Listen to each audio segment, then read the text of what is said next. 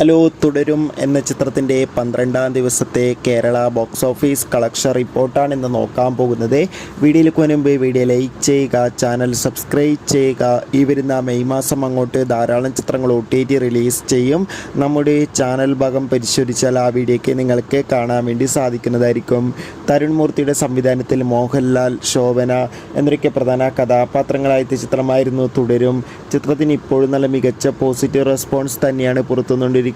അതുകൊണ്ട് തന്നെ എല്ലാ സിനിമാ പ്രേമികളും ഒരേപോലെ തുടരും എന്ന ചിത്രത്തിൻ്റെ ഓരോ ദിവസത്തെ ഓരോ കളക്ഷൻ റിപ്പോർട്ടും അറിയാൻ വേണ്ടി കാത്തിരിക്കുകയാണ്.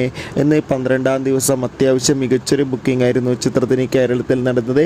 അതുകൊണ്ട് തന്നെ ഇന്നും 2 കോടിക്കടുത്ത് വരെ കേരള ബോക്സ് ഓഫീസ് കളക്ഷൻ നേടിയെടുക്കാൻ വേണ്ടി സാധിക്കുമെന്നാണ് ട്രാക്കിംഗ് റിപ്പോർട്ടുകൾ സൂചിപ്പിക്കുന്നത്.